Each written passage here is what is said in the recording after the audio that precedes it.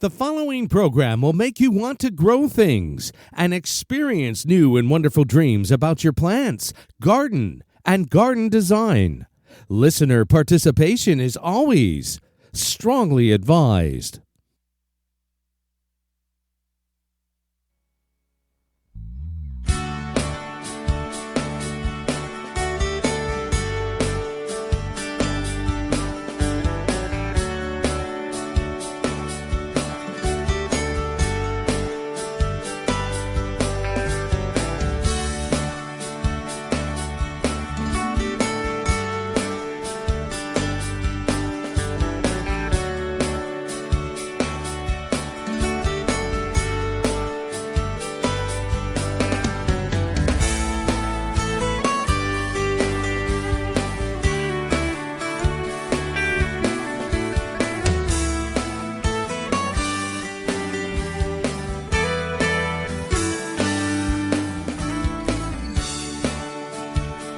Good evening and welcome to Down the Garden Path with your hosts Joanne Shaw and Matthew Dressing right here on Reality Radio 101.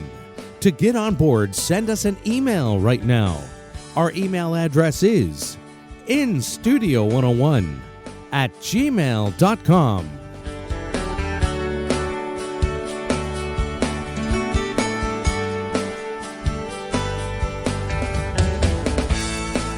And now, right to your hosts of Down the Garden Path, Joanne Shaw and Matthew Dressing.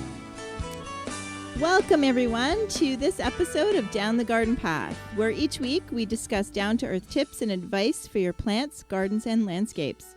As landscape designers and gardeners, Matthew and I think it is important and possible to have great gardens that are low maintenance, and we want to help you make it happen. I'm Joanne Shaw, landscape designer and owner of Down to Earth Landscape Design for the past 11 years. It is currently a design-only business here east of the GTA. With me is my co-host, Matthew Dressing. Welcome, Matthew. Hi, Joanne. Thank you. Welcome, everyone. I am Matthew Dressing, horticulturist and landscape designer and owner of Natural Affinity Designs. Natural Affinity is a landscape design and garden maintenance firm servicing Toronto and the eastern GTA. Joanne and I enjoy doing Down the Garden Path each week, bringing you interesting, relevant, and helpful topics to help you achieve a great garden.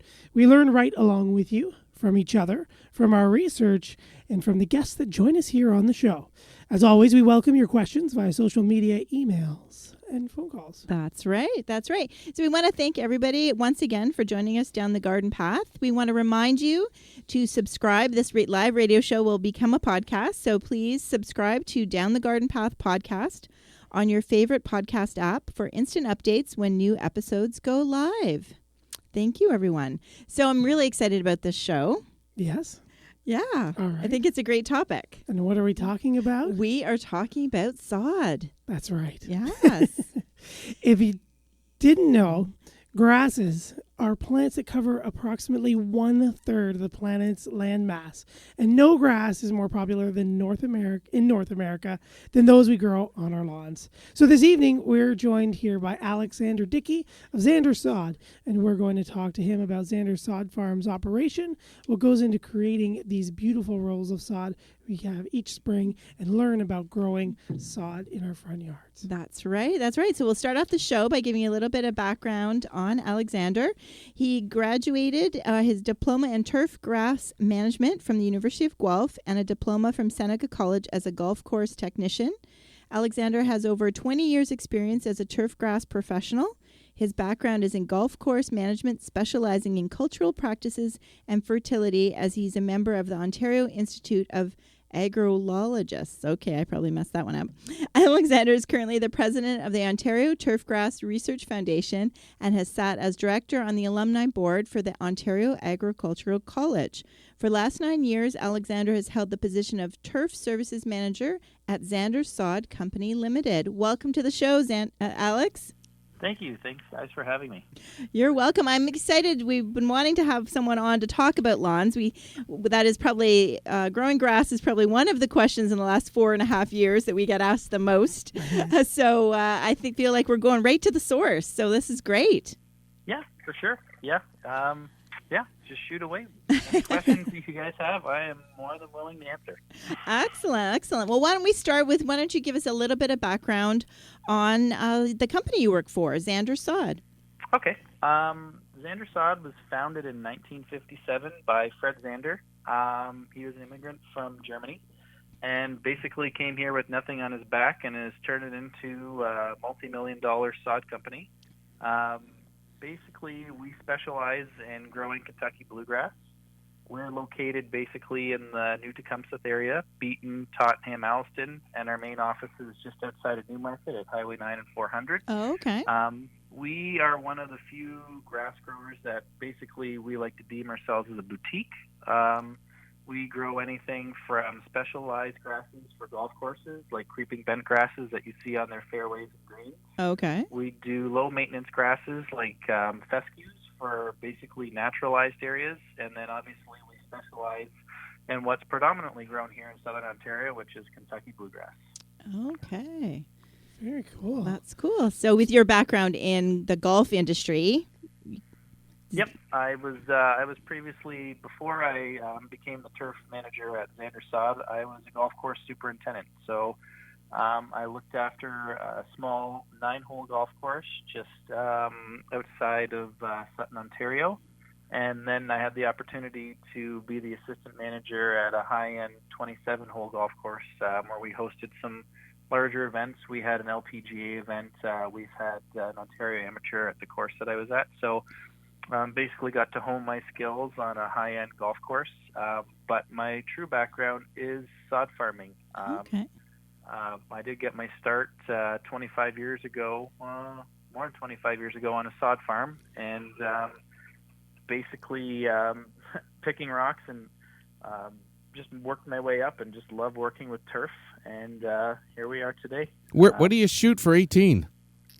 Well, I used to be a scratch golfer. I played on the University of Guelph golf team, but now being a father of 2 limits me to basically 2 or 3 times a year. So when I go out, it's still respectable, but it's not what it used to be. Well, I just wanted to put that in there because I'm sure some listeners are foaming at the mouth to get out there golfing again. That's right. And you're talking about maintenance on golf courses. And they're probably going, wow, you know. So right. I just thought I'd ask that question. Yeah, we're thinking about the green as far as gardeners go, but yes, I'm sure there are golfers out there and that are dying for seeing some green grass as well. Yeah, some putty greens, especially with the tournaments on TV. I know my household of sports boys are been watching those. So. Yep. So, Alexander, geographically, where does Zander Sod service? Do you come down to the GTA? Are you mainly up further north? We are probably the main grower that services the GTA. So we service the greater city area. We go as far as east. We go out to Oshawa. Yeah. Then we service all the way to Burlington, and then we go all the way up to basically as far north as North Bay, actually. Oh, wow. And if there's specialized projects, we will go farther. We've gone as far as Ottawa, and we've gone as far as all the way down to Windsor. Okay. So if it's specialized projects, we will do it. But basically, we stick predominantly 90% of our business is the greater Toronto area. Okay. So. And now, do you only service contractors, or do you have? Are you open to homeowners? Will you do special orders directly to people's houses? Yeah. We do everything from homeowners to commercial to garden centers to golf courses to anything you can think of. We service that. We have 15 trucks on the road daily, and we're able to basically harvest and cut and deliver 7 acres a day if we have to the market. So wow, 7 acres. 7 acres. I know we're both like looking. Stereo, Yeah, like. I know. Oh my goodness, that is incredible. So yeah, so you were going to ask how many square feet to sell in a year, but a day if you could do 7 acres, that's incredible. We typically, we can do 7 acres a day if in the busy times. Like basically, leading up to the 2-4 weekend is super hectic for us. But on an average year, we usually sell between 650 and 700 acres of turf. Okay. And when does it, like, it's early, so we do already have a somebody who's written in. Carla has written in, and she's like, when can I put it down? But I think the bigger question is, when can you start cutting it? It's still too soon, right? Yeah, typically on a 50-year average, we're the second last week of April before we harvest. Okay. We have done earlier, like we have harvested at the end of March when the one year we had to sod BMO field and they had to have it down for their first match, March 29th. I can't remember how many years ago that was. Oh, boy. But we have, we typically are the second last week of April, and we do that just for the sole fact of customer satisfaction, because we could sell sod when it's dormant right now, but the customer would think it would be dead just unknowingly that it's golden color right now. It's just dormant, but we wait till it basically is full green and lush, and we're putting out that product people are used to. So. Okay, that's great. There we go. Yeah. That's interesting. And so I would think that BMO Field would be one of those special projects. Yes. Yes. Yes. Yep. So the baseball fan in me has got to ask now, Zander. Is there a project underway for Sky? Well, I still call it Sky Dome, but Rogers Center. There was. They had procured the director of the Guelph Turfgrass Institute to do a study to see if the Sky Dome or Rogers Center was capable of having natural turf. Okay. They found out that it is. And basically the bleachers being blue, it gives off a photo array it gives off great light. The actual reflection of the blue seats gives a lot of good reflective light. Blue is a great spectrum from growing turf. Yeah. The only problem is that they would have to change the whole sight lines because of the concrete floor. They would have to actually smash out the floor and start from scratch, and then they would have to basically bring in a system to dehumidify, because turf produces a lot of moisture, and basically it would bring that building up to 100% humidity. So they'd have to put a whole new HVAC system, grow lights and everything, and they realized the investment was very significant. It wasn't just a $30 million we're one and done. It's over a $100 million venture if they wanted to go down that avenue. Wow. And what kind of grass blend would you grow for, like, BMO Field, or like what would Sky Dome, what kind of sod would they be putting down? Kentucky bluegrass. Oh, okay. So the same, the kids, the pros would play on the same stuff the kids are playing on. Yep, exactly. Yep. So we have another listener question. Claudette writes in, an honest question here. Is it better to sod or seed? What is the protocol? If you always have the time and the patience, it's always better to seed. Reason being is basically you're getting that whatever cultivar of turf that you're putting in, whether it be fescue or whatever, or predominantly Kentucky bluegrass, it will always mitigate better to the inherent earth than sod will. Okay. There's always that interface that you'll always have between sod and the soil that you have, because it's not going to be exactly the same. So there's always that problem.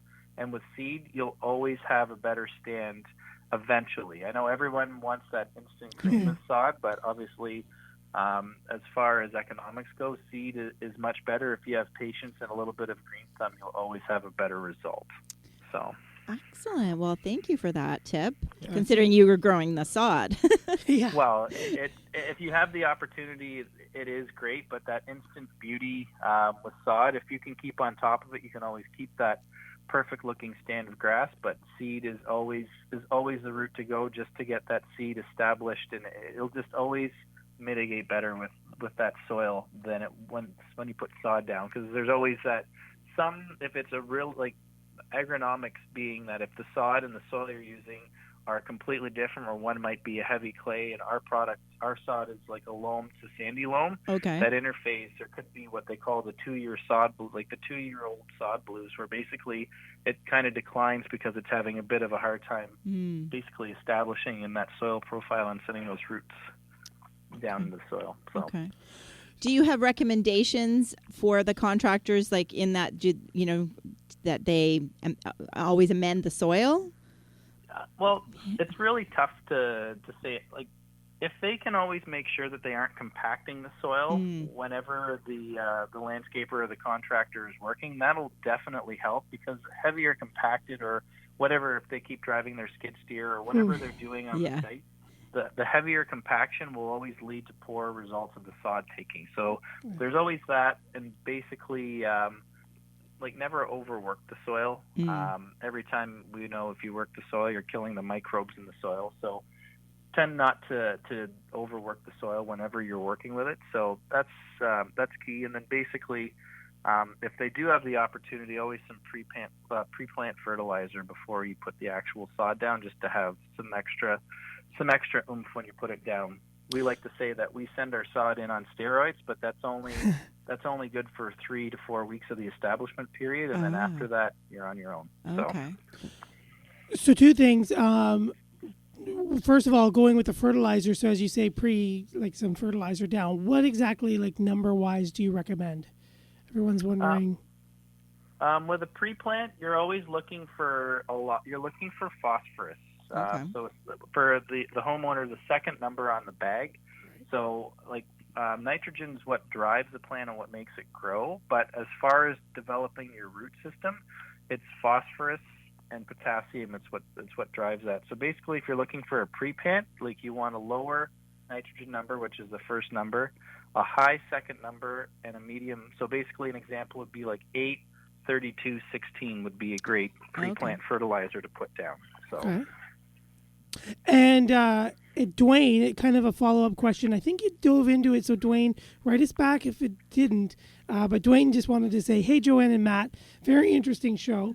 How do you dig the ground to put in the sod? And Dwayne loves the honesty of you.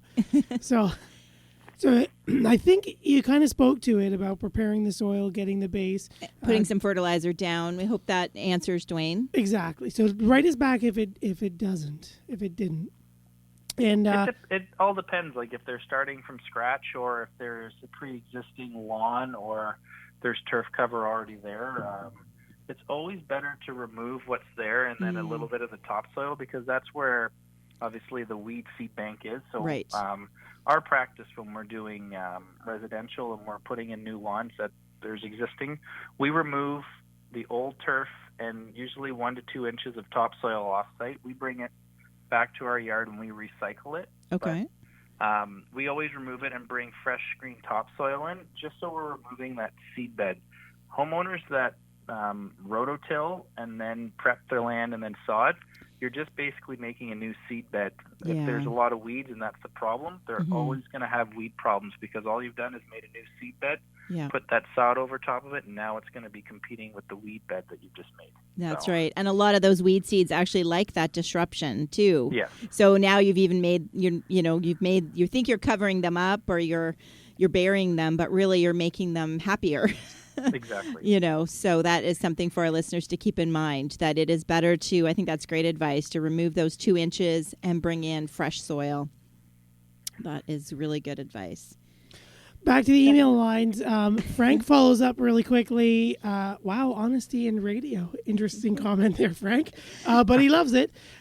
So he's questioning, what's the average cost of a roll of sod?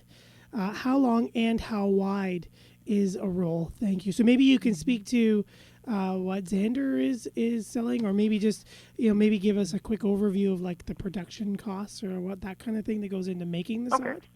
Yep. So the average roll in the GTA, most sod growers stick to a 9 square foot roll. It depends on the harvester that you have. It used to be industry standard that they were 16-inch rolls that were 6 feet long. But now with automation that came in about 15, 20 years ago, a lot of harvesters have moved to 24-inch, 4.5 foot rolls. Okay. So that typically is what most people will see, is a 2 foot by 4.5 foot roll that makes 9 square feet. Some growers do 2 by 5s, but for the most part, it's 9 square feet or 1 square yard. That's sold in a roll. And it really depends on where you go for sod. Prices can really vary. They're different. There's actually a program here in Canada that was which was based and derived out of the States. It's called the Harmony Program, where Home Depot, you can go, and I believe it's I don't know what the price is this year, but it's typically about $6 a roll at Home Depot through the Harmony program. But the best place to go and get your sod is at a sod grower's yard themselves, or even picking it up right out of the field from sod growers, because we sell right out of our field, and that's the cheapest you can get it. Wow, like pick your own strawberries kind of thing. Wow. Okay. Yeah, we have a lot of local contractors that come right to our field and pick it up. We have some larger contractors that'll send flat deck trucks, and they'll come pick up 8 skids, 10 skids at a time, kind of thing, out of our field.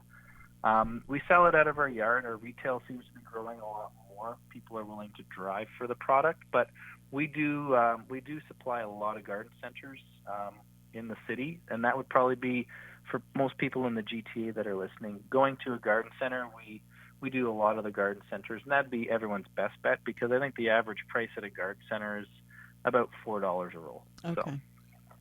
Very cool. Yeah, I think that's right. Roughly about what it is at the garden center that I work at as well. So yeah, very cool. So speaking about seeding versus sodding, going back to Zander's Sod Farms, how do you guys seed all that, and when do you seed all of your fields? We seed between middle of August and middle of September. That is typically the turf seeding window. The reason for that is we typically see a decline in heat. We see, obviously, the moisture picking up through precipitation. It gives us the best opportunity to work. Obviously, if we're selling 650 to 700 acres, we have to prep that land again, or through crop rotation or agreements, however, whatever sod growers are doing. Basically, that's the window. We have 4 weeks to put that amount in, and basically we will till the land, disc the land, chisel plow it, and then we'll basically run a special machine to grade the fields. Everyone's probably seen them as they're driving by a farmer's field. And then we have what are known as brilliant seeders. It's just a simple dimple seeder, and it basically they're 10 feet wide. We have 5 of them, and we can seed if we have to go. We can seed about 75 acres a day with these simple dimple machines. They basically just drop the seed in, and then there's a roller on each side, and they just dimple the seed into the ground to make sure there's seed-to-soil contact. And Mother Nature usually takes it away. We don't usually run irrigation over our fields at that point. We let Mother Nature do it, because we don't want our form of irrigation is with pivots, and they have to walk over the field, so we don't want to disturb anything. So, okay. And we also do the pre-planting in the field as we're disking and everything. So we put all the fertilizer in, and basically from that point on, we let Mother Nature do anything. If everything works out, usually we're putting our first mow on just before Halloween. If the stars align, then we might usually have the first mow on the field before Halloween. Oh, wow. So then that sod that you did in August and you mow in October is for, let's say last October, it would be for this year? So typically, if we plant August, it's just over a year. We'd all love to have 1-year-old sod, but basically if we put it in August, it's for not that season, but for basically we'd be harvesting it around the May 2-4 of the following year. So okay, give or take a year and a half. A year and a half. Okay, yeah. So this May 2-4 we will be harvesting and something you planted in 2017. That's correct. Wow, so it's a lot longer cycle than I thought. Yeah, unfortunately, it is, for the windows that we have here in Ontario. There's the farther south you go, it varies. Some sod producers can get 2 crops out a year, depending, like down in the States with the southern species that they basically have to vegetatively propagate, like Bermudas and Zoysias. They can usually get 2 crops. Some of them even get 3 crops out a year. Wow. So, okay. But we don't have that luxury here, unfortunately. Well, that's interesting. So for our listeners who use a bag of seed, like you realize, I mean, they want it to grow within 2 weeks, right, Alex? Yeah. And it's taking, so that's lush roll of sod that you've purchased. It's taken a year and a half. So I think that really changes the perspective for me completely. Yeah, exactly. It's a lot of time, basically. Yeah. And it's because of the product we grow, where in most homeowners, when they're overseeding or buying seed from the store, they're getting predominantly ryegrass, which obviously can germinate in low temperatures. Mm-hmm. It germinates in 3 to 5 days, but it doesn't have that winter hardiness. So Right. basically, you can lose a lot of that over winter kill. It's not as hardy as Kentucky bluegrass, and it's not as wear tolerant as Kentucky bluegrass. But the reason why it's predominantly used in overseeding programs is it's quick. It's quick to germinate, and it fills in very fast just because of the amount that people usually use, as opposed to the true amount. Most people, and sometimes I'm the same in my house, where you just usually give a handful here and a handful there, and you think more is better, but it really isn't. Right. So it is better to be sparse with your grass seed? Yeah. The more you put down, just basically think of it as people going. I'm trying to think of a great analogy, because obviously the more you put down, there's more competition for the nutrients. So the more that you have, the less success, and you're just wasting seed, and some of that seed just won't even germinate because it won't be able to compete with how much population you've put into that soil. So. Right. Okay. Because soil contact is, so if all the seed is bunched up in little piles, you really do need that nice, evenly distributed contact from seed to soil and moisture, that type of thing. Yeah, the average, to give the homeowner an average ratio for overseeding, is usually 4 to 5 pounds per 1,000 square feet. Okay. And can you speak a little bit to temperature? Because that's one of the things that we talk about here on the show every spring. It seems that those TV commercials start bright and early about their sod, about grass seed, but really we need the ground temperatures and the overnight temperatures to be a certain number before the seed's going to germinate. Yeah, basically it's not air temperature, it's soil temperature. And once you see a steady soil temperature of over 12 degrees Celsius, that's when you'll start seeing good results with seed. So most people that start putting seed down beginning of April, first few weeks of April, they're really not getting ahead of the curve. It's really, it's not helping. So basically anyone can go to a garden center or a box store and buy a soil probe and just see what their soil temperatures are. It takes 2 seconds, and then once they see a steady 12 degree and over, that's when they should start putting their seed in the ground. Excellent. So you could technically grow sod a little bit earlier than you could grow seed, really? Technically, yes. Yeah. You'll definitely have greener cover, but as the same, you'll see it'll take a little longer for the sod to obviously root. Right. So, but it will obviously be a lot more instantaneous in seed. That's for sure. Yeah. Yeah, for sure. Very cool. I know. So are there any major issues that you find or factors that affect the grass while it's growing out in the field? You say just letting Mother Nature do its thing. Do you guys have to do pest and disease checks or things like that? Basically just fertility and in the summer drought. We're one of the fortunate growers that we've put infrastructure in place that we can irrigate pretty much everything that we have in production. So we don't have to basically, some growers in the middle of the summer, if there's a drought and they don't have irrigation, they can't cut sod and they're out of business, which can happen. Mm-hmm. And obviously these inclement seasons we've been having, 2 years ago with all that moisture that we had, the very wet summer, we for the first time lost a significant amount of sod because of flooding. Our whole area in New Tecumseh was flooding.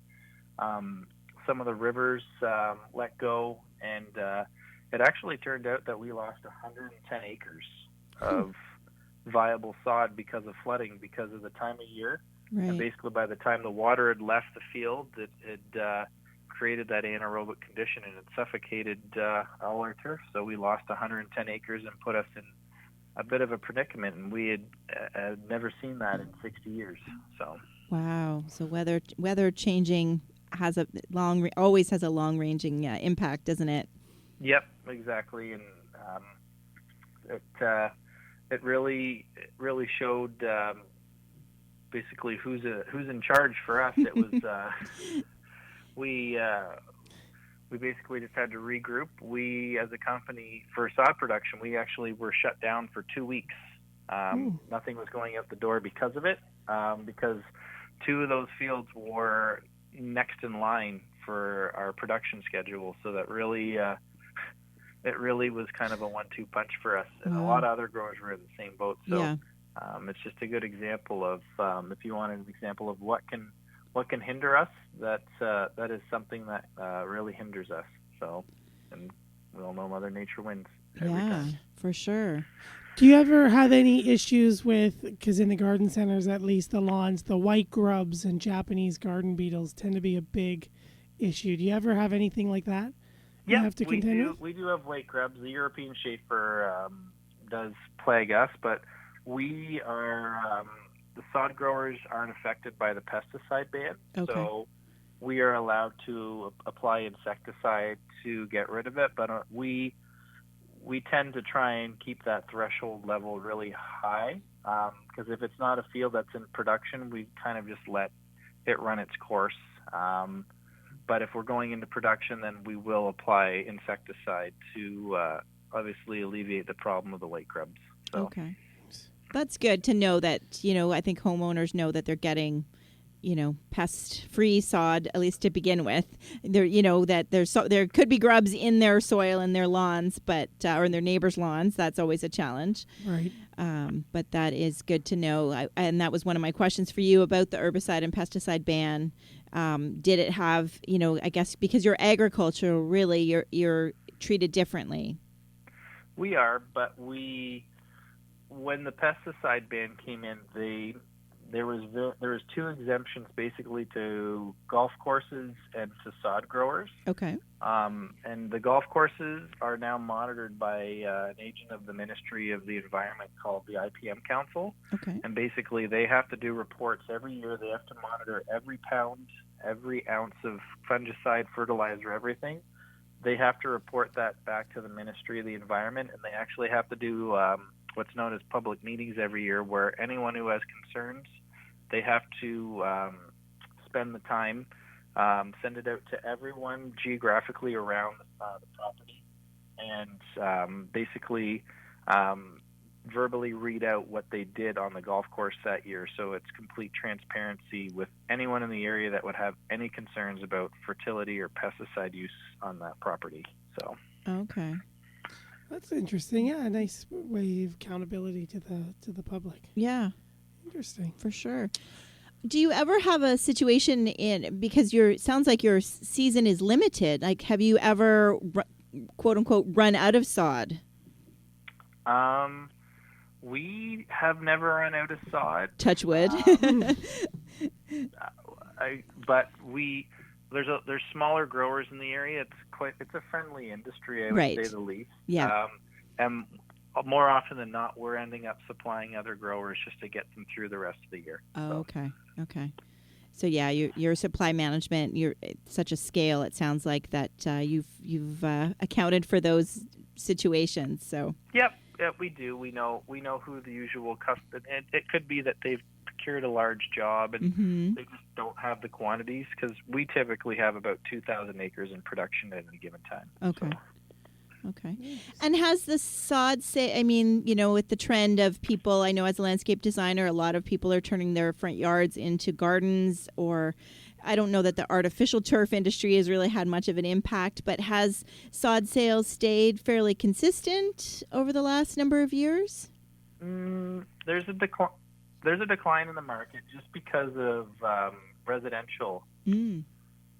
That's because the average home space now is about 2,000 square feet of lawn, where 20 years ago it was 8 or 9. Yes. So that really has affected our market. And golf course decline. We used to supply all the new golf courses that were being built, and now as we see, they're all being leveled and turned into homes. So that accounted for probably about 60 or 70 acres a year that we were selling just for new golf courses. So we are seeing a decline.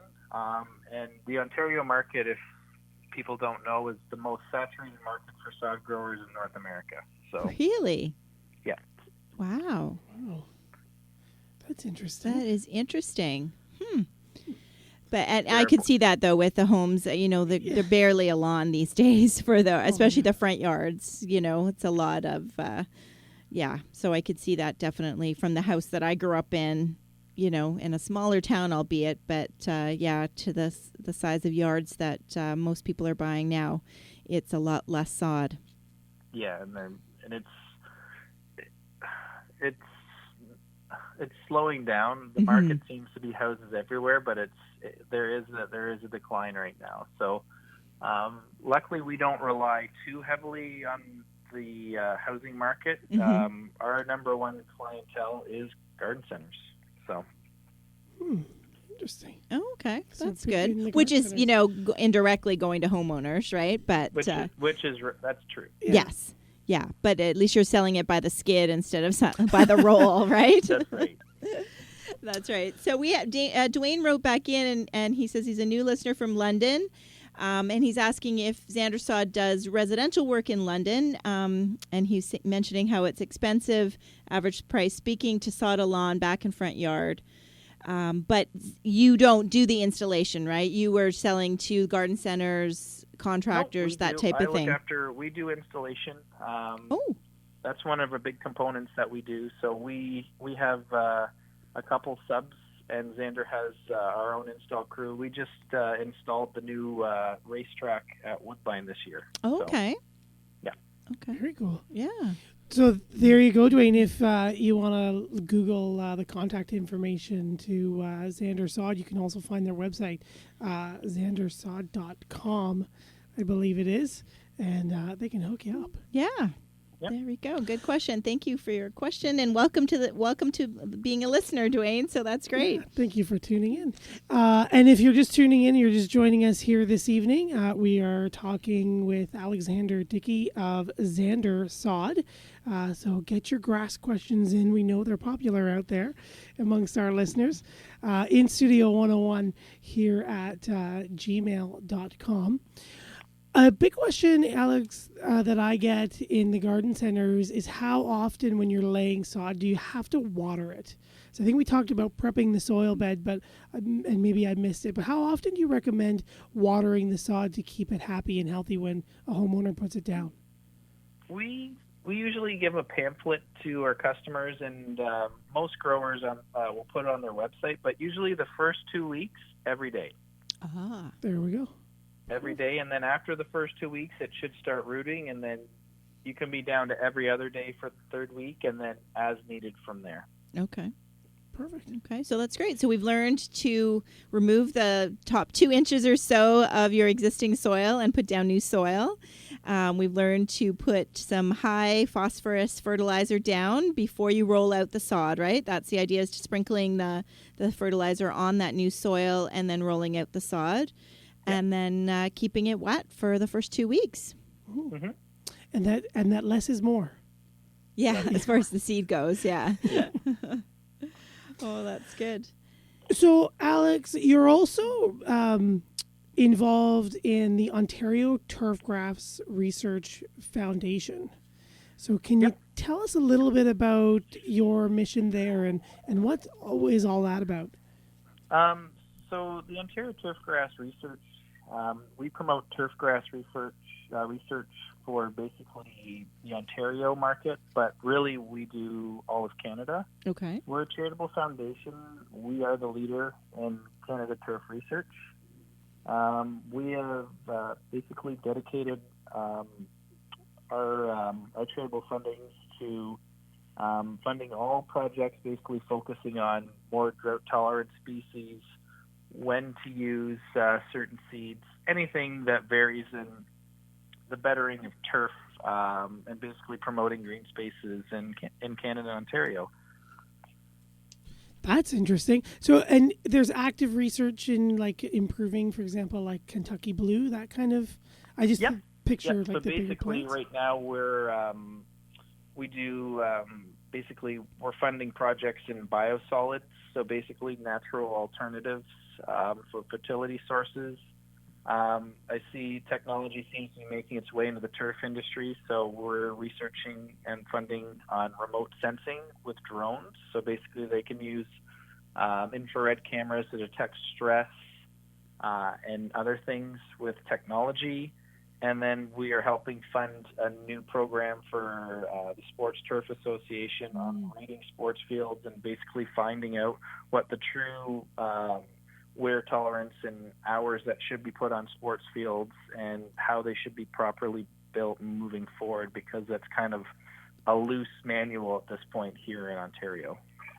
Very cool. So that research for creating guidelines and things like that. Yeah. Interesting. Yeah, and I think that people want their kids playing on real grass as opposed to that rubber surface.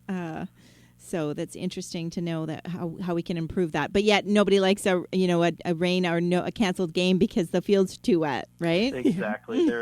Unfortunately, there is a home for artificial turf, and that's the game must go on. So right. that's where those come in. Yeah, that's a good motto Yeah. for that industry. You mentioned biosolids and better nutrients, and maybe this ties back to just before we were talking about the Research Foundation, but lawn fertilizing. It's also another big question that a lot of homeowners have. Do you have a recommended schedule or what's the usually recommended fertilization rate or times of the season that we should be taking care of our turf grass? Again, basically, once the soil temperatures are 12 degrees, then you can put your spring app. It depends on what product you buy. Like, you can get quick releases and slow releases, but typically if you go to the box stores, you'll get products that last 3 to 4 weeks. If you go to garden centers, obviously you'll get a better product. But usually you're wanting to fertilize 3 to 4 times a year. You're looking to get 3 to 5 pounds of nitrogen down a year is the rule of thumb. Okay. So. And that's what you're doing to the sod in the fields? Yep. Okay. Yeah, we were averaging around 3 to 3.5 pounds of nitrogen on our turf per year. Okay. And any testing in your experience with the organic products versus the more commercial, or what would they be called, synthetic products? We do use some humic acids and carbon in our fields. But as far as synthetic, we are predominantly a synthetic base, just a prill based, sulfur coated urea. Basically, is what we're applying on the fields most of the time, and then obviously just raw sources of potassium and calcium and all that good stuff. We soil test our fields every year, so basically for the micronutrients, we're just putting down as needed for what the soil tests are saying what's available in our soils in each field that we have. Yeah, so it'd be much more of a science experiment for you than, because it is a crop, right? No different than, well, I'm sure it's slightly different than other agricultural, but, it's not like you're growing a lawn for the sake of a lawn. I mean, you're growing a product. You're growing an actual crop.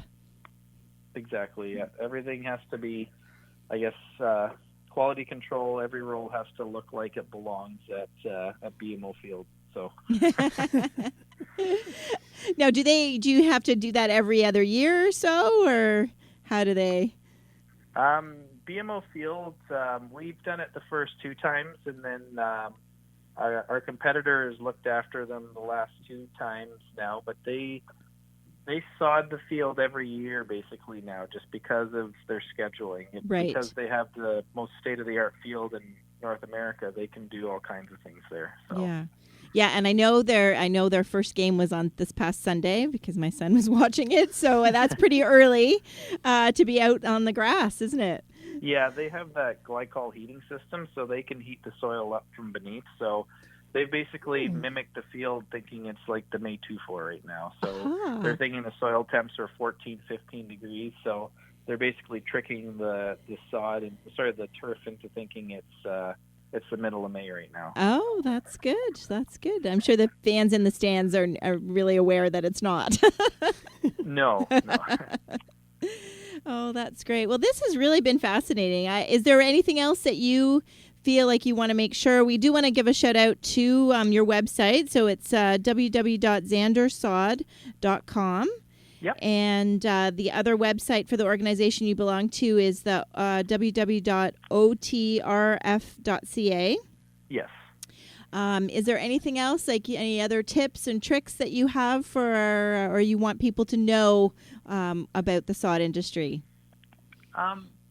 Always try and buy your seed from garden centers or from sod producers themselves. It may be a little more expensive, but typically box stores, their seed isn't, I don't know how to put this politically correct. It's not as good as what we sell. Okay. We basically are selling what goes into the field, and theirs will have some what's known as variety non-specific, so you don't actually know what's in the bag. So there could be some contaminated seed. So. That is good to know. That's good to know. Yeah, it's one of those situations where for sure you get what you pay for. It is. Yes. And is there an expiry, like is there better control as far as shelf life goes, do you also think? Yep. If you typically, if you buy it, you have realistically 2 to 3 years using it. After that, you'll see probably, they usually say 20 to 30% every year after that reduction in germination rate. So basically, if you buy it and use it with the first 2 years, you're fine.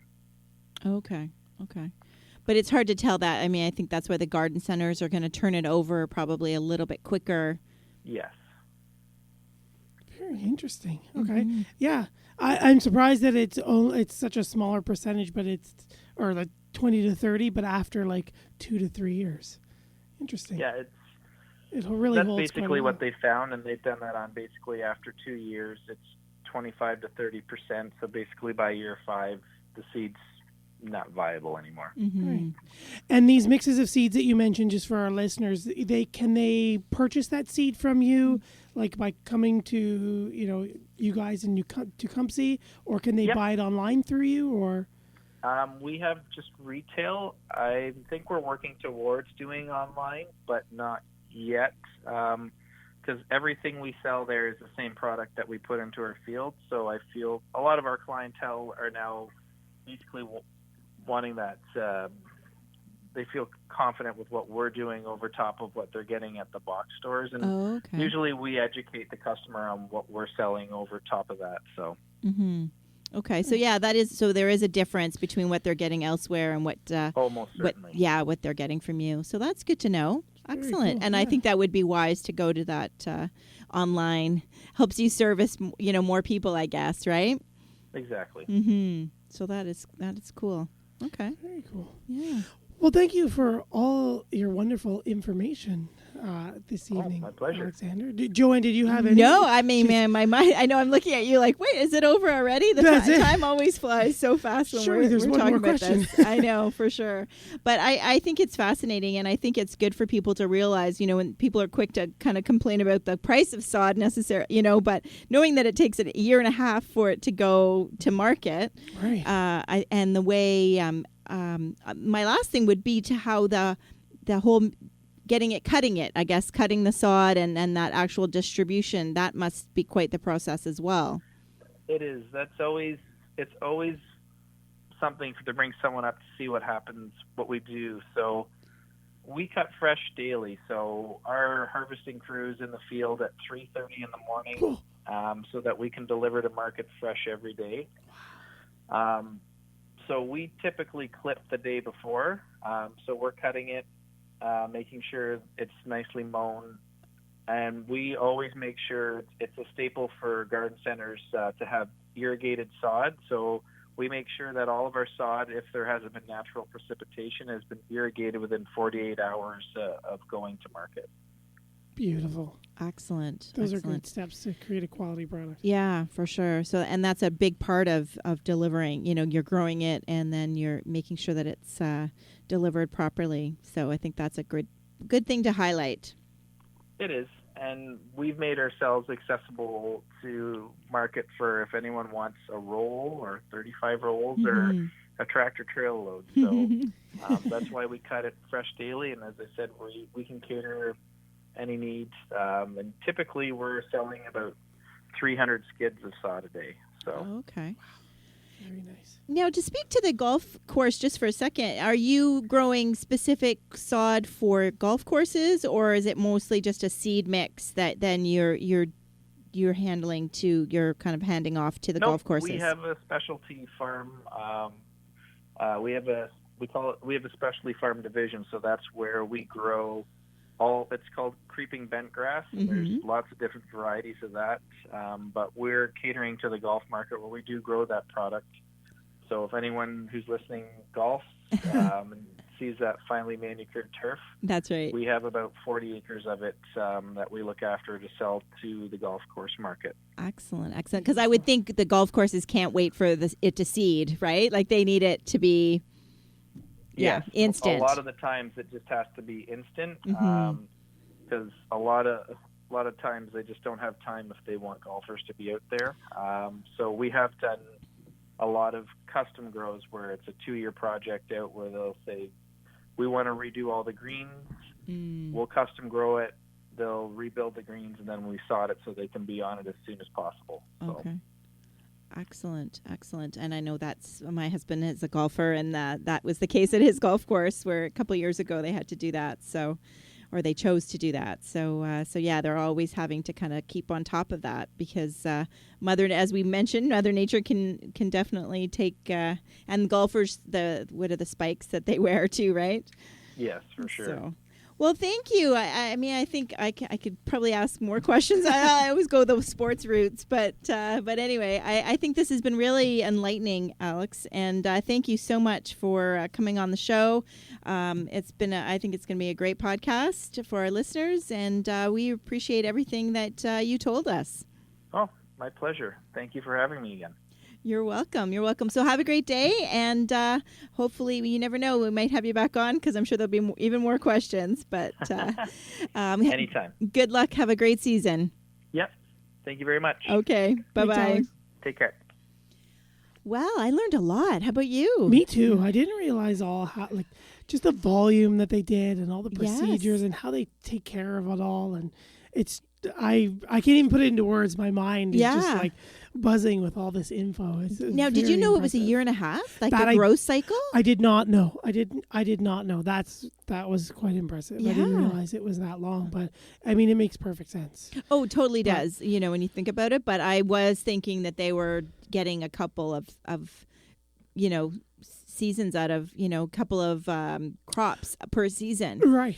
So that really shocked me. So but when you look at a roll of sod and you see how dense it is and and that scale that sod growers go through, so you could see that it would take that amount of fertilizing, that amount of cutting.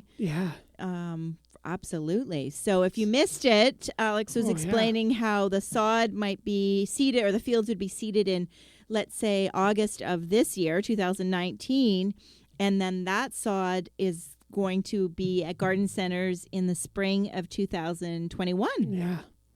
So it's a year and a half from when they seed the field to when those rolls are available at the garden center. So that's fascinating. It is. It's very fascinating. Yeah. It is very fascinating. So thank you, everybody, for all your questions. Oh, yeah. Thank you, Carla, Claudette, Dwayne, and Frank. Thank you very much for writing in all your questions. Yeah.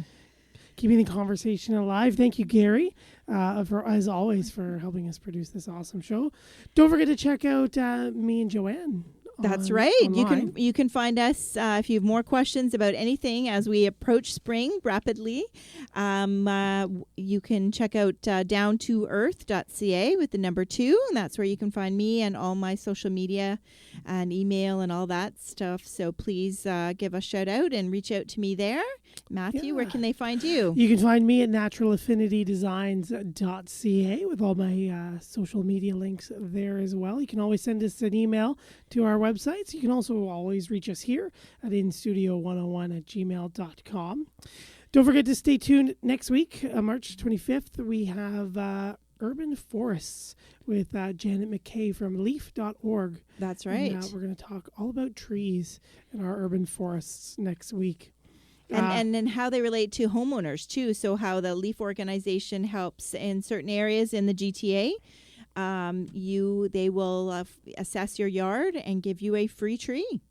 Yeah, so that's part of their organization. So I'm looking forward to hearing more about that. Yeah. Not all, and I think it's important to spread the word so that we can have more municipalities and communities using their program. Yeah, very important. So thanks again, everybody. Thanks again for tuning in here, joining Joanne and I down the garden path. We look forward to seeing you in the future weeks.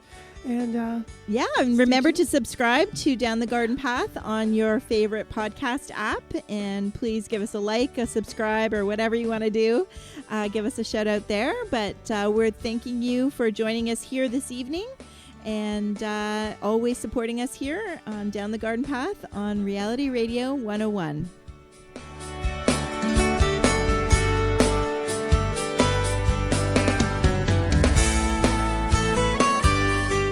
Thank you for listening to Down the Garden Path with Joanne Shaw and Matthew Dressing, right here on Reality Radio 101.